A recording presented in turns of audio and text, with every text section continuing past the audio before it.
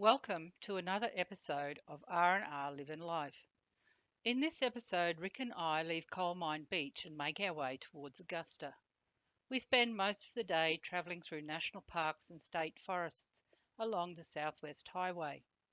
We certainly appreciated the vast tracts of forest, so unexpected based on my very limited knowledge of Western Australia, though I have since found out that Western Australia has close to 18 million hectares of forests and woodlands, including the Jarrah and Kari of the southwest, the remnant areas of rainforest in the Kimberley, and the Great Western Woodlands.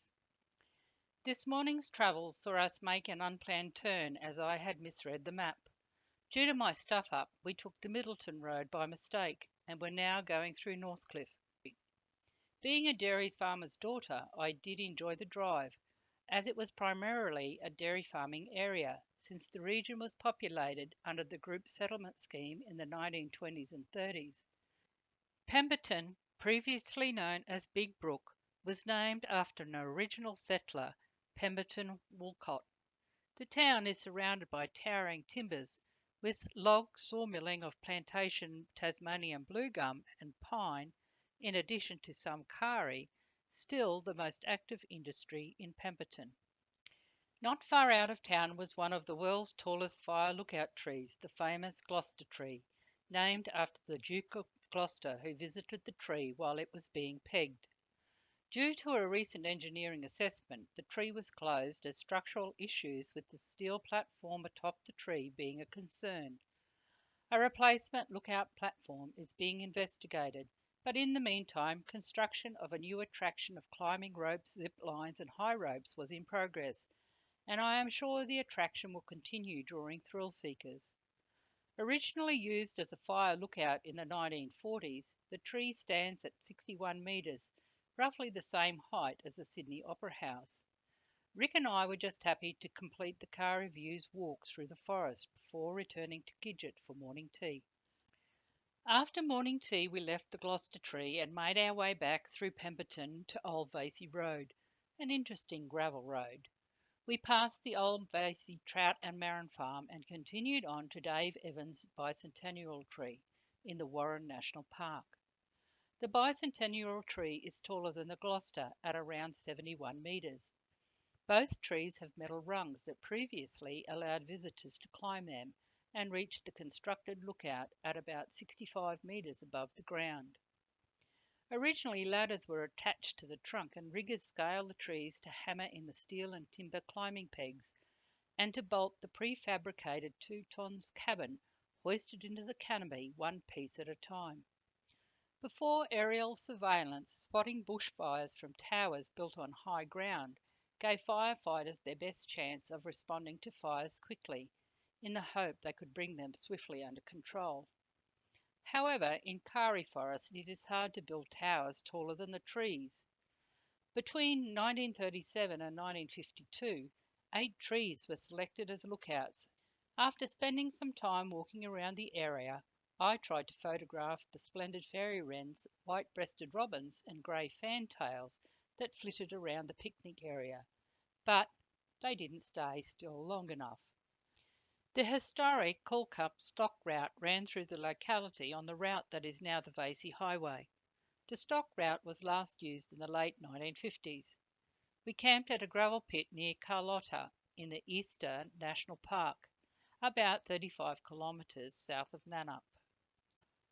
The following day we continued along Vasey Highway through forests and national parks, interspersed with Angus cattle and cropping, before making it into Nannup, situated on the banks of the Blackwood River, the longest continually flowing river in Western Australia, measuring approximately 300 kilometres in length. We stopped at the Marinko Thomas Bicentennial Park to stretch our legs. It was interesting to see the lifelike sculpture that commemorates Marinko Thomas, a sheep and dairy farmer who worked on his family property in Kundanup prior to being conscripted for national service on the 30th of June 1965. From Nannup, we continued along the Brockman Highway through some amazing state forests and nature reserves, crossing the Blackwood River not far from Kirradale, established as a timber mill in 1884 before being destroyed by fire in 1961. A new township was built a short distance northeast of the original township. From there we continued on to Hamlin Bay, but couldn't find a park with Gidget attached, so continued on to Augusta. After setting up Gidget, we drove back to Jewel Cave. What an experience! With three massive chambers of incredibly beautiful crystal encrusted caves, Rick and I took an exceptional, if not moderately strenuous, guided tour down into the magical towering caves. It took us about half an hour, walking up and down some 734 stairs along a half a mile loop, said to be the equivalent of 40 flights of stairs, over some uneven ground, many slopes, and through a narrow passage. I am not comfortable with heights, terrified, some would say, but that first breathtaking sight into the first chamber was bewildering, not to say incomprehensible. Taking those first few steps along the walkway took some effort, but the further I got into that first chamber was surreal, captivating. The magnitude of what we saw was astonishing. In the first chamber, we saw one of the longest delicate straw stalactites, a hollow crystal tube with a diameter of just a single water droplet, growing down into the cave darkness for almost 5.5 meters, reaching longer than any other in all the show caves in Australia. Both Rick and I had been to the Narracot Caves with its underground chambers dripping with glistening stalactites and stalagmites, but it did not come close to what we were witnessing here in Jewel Cave. We saw towering crystal creations that had taken thousands of years to form, intricate decorations stretching and suspended across the ceiling like vines and complex cobwebs. Fossilized remains of several Tasmanian tigers or thylacines have been discovered within Jewel Cave's chambers, safely preserved more than 3,000 years after the unusual marsupial became extinct on mainland Australia. There were many beautiful examples of delicate halcyotites, cave corals, pendulites, a very large stalagmite called the Kari forest, and beautiful examples of flowstone, such as the frozen waterfall and the organ pipes. In the soft golden glow of the spotlights, the sheer magnitude and beauty of Jewel Cave's formations left us awestruck. It was truly an amazing experience, considering there were three chambers that we walked down, through, under, and alongside, with some of nature's most sophisticated, delicate, and huge creations. I marvelled at how intricate some of the formations were, while others appeared to be so solid. Such a memorable experience. On returning to the surface, we checked out the skeleton of a thylacine on display just outside the Jewel Cave Centre. After such an incredible tour, we made our way back to Hamlin Bay, this time without Gidget, so found a park more easily. With its vast expanse of bright white sand, turquoise water, and spectacular coastal cliff walk, this sheltered calm bay was vastly different from our previous undertaking. Famous for the abundance of stingrays that frequent the bay, we were a little disappointed as we didn't see any. Hamlin Bay was once used as a small port, with the jetty being built in 1882 and extended in 1898 to service the nearby timber milling operations of MC Davies in the southwest between Cape Leeuwin and Cape Naturalist. However, the bay is open to the northwest, and strong winds make navigation through the reefs and rocks in the vicinity notorious during bad weather, causing the loss of 5 vessels in 1900, including 3 in the one storm. The port was abandoned as a timber port a few years later, resulting in the jetty becoming derelict and later burnt. Only a few piles of the original jetty remain. Records suggest that there are 11 shipwrecks off Hamlin Bay. Mother Nature never ceases to amaze me. In Jewel Cave, we had seen the delicate crystal structures formed in a closed cave environment But here we were seeing how the elements of nature were also making the similar delicate sand formations along the open cliff face. From the observation deck on the clifftop walk, we observed a school of fish being herded along the shoreline by a pod of dolphins. Later that afternoon, we made our way back to Gidget. What an incredible day it had been! Day 45 saw Rick watch the sunrise at the mouth of the Flinders Bay and Blackwood River at Hardy's Inlet. The colours were stunning. After breakfast, we were off on another adventure, this time driving south to Cape Leeuwin on the edge of Flinders Bay. The bay runs from Point Matthew, 1.5 kilometres east-northeast of Cape Leeuwin, to Ledge Point, some 8 kilometres east. The bay is huge. On the way, we stopped at the Flinders Bay Jetty.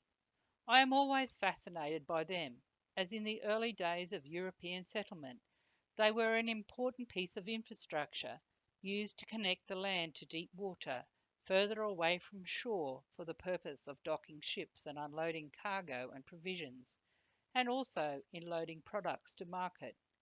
They also protect the shoreline by acting as a barrier against erosion from currents, tides, and waves.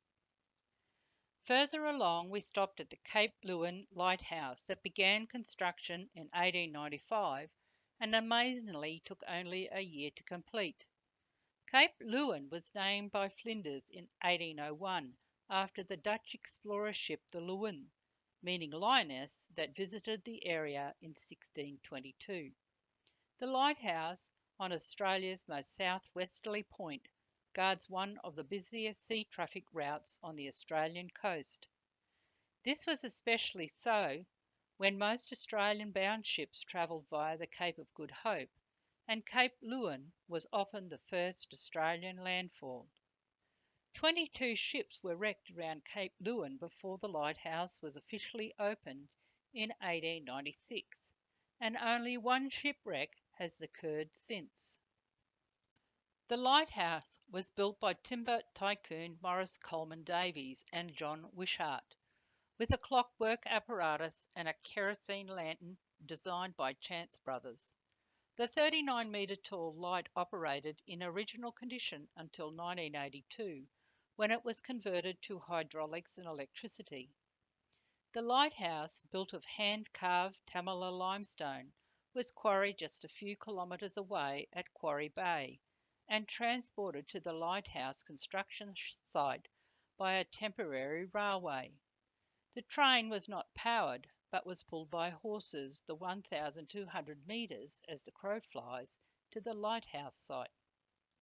The lighthouse, the highest and most southerly in Western Australia, remains working to this day, indispensable in regularly guiding ships away from danger at the Cape. Cape Leeuwin itself is where two great oceans off the West Australian coast meet, the Indian Ocean and the Southern Ocean. It was an incredible sight to see these two oceans merging. Rick and I took a guided tour of the lighthouse, climbing 165 steps. It is easy for those who are not afraid of heights, but with my heart thumping and many, many deep breaths, stopping to gain control of my pounding heart, I did reach the top. Once my head had stopped spinning, taking small steps, I moved towards the doorway and was rewarded with seeing the amazing 360-degree views. Boy, was it worth it. But there was no way I was going out onto the balcony, and left that to Rick, as I kept gazing through the doorway. I was sure the lighthouse was swaying in the breeze, but was told that it was just my imagination. On leaving the lighthouse, we went to the Cape Leeuwin water wheel, sometimes called the petrified water wheel, 5 minutes down the road. The water wheel was built in 1895 while building the Cape Leeuwin lighthouse. The wheel was to power a hydraulic ram, which would pump water to supply the lighthouse and keepers' cottages, but quickly became encrusted with a coating of limestone and is now frozen in rock. Water from the spring still flows through the sluiceway, with a high calcium content protecting this historical feature from the ravages of time. From the water wheel we made our way to Quarry Bay, where limestone was hewn from the rocks used to build the Cape Leeuwin lighthouse. Small chips of stone at the base of the cliff, resulting from this quarrying activity, are already well cemented together after only 100 years. This U-shaped west-facing bay is 200 metres across at the entrance, with a 250-metre long beach curving round the back of the bay. Waves break over exposed granite rocks and reefs strewn across the mouth, resulting in low wave to calm conditions at the shore. Towards the end of the beach, the cliff face is collapsing, resulting in some stunning layers covered in mosses, with what appeared to be fresh water seeping out of the ground. The gravel road from Skippy Rock's car park was very corrugated, but was well worth the endeavour, as was the small walk along part of the 135-kilometre Cape to Cape walking trail, through very soft sand and in places along the cliff edges. We saw mesmerising granite cliff tops overlooking the vast expanse of the Indian Ocean. Not far along the trail we encountered some short tubular structures that were fossilised roots of plants that once inhabited the dunes called rhizoliths. These very fragile fossils form when the roots decay and the space left in is filled with lime, sand and cement from the dissolved sand. When the surrounding limestone is weathered, their shape is preserved. Skippy Rock is a very popular fishing spot, but for Rick and I it provided some spectacular coastal scenery, heathland, and views back towards Cape Leeuwin Lighthouse. Making our way back to Gidget, we stopped to pick up some fish and chips in Augusta, only to park next to DMW vehicles.